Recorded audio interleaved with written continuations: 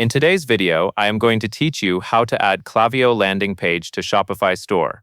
To begin, make sure you are logged into your Klaviyo account and that your landing page is already created and saved as a full-page draft. This process starts inside Klaviyo because you need to publish and enable the page before Shopify can recognize it as an integrated destination. First, go to the area where Klaviyo manages forms. Look for Sign Up forms, then open it. From there, find your full-page drafts. This is the section where full-page experiences live before they are made public.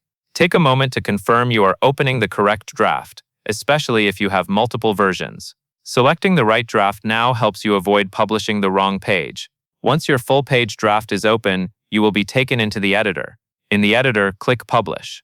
Publishing pushes the page from a draft state into a live state, so it can be used on your store.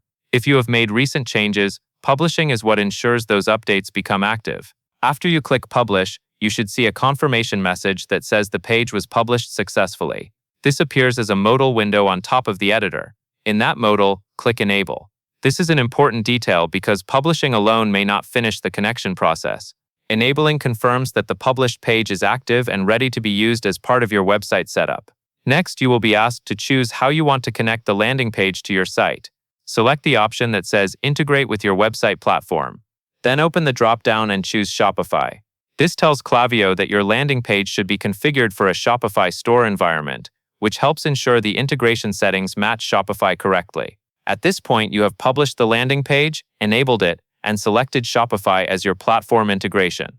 Make sure you save or confirm any final prompts that appear on screen so the selection is applied. And that is all there is to it.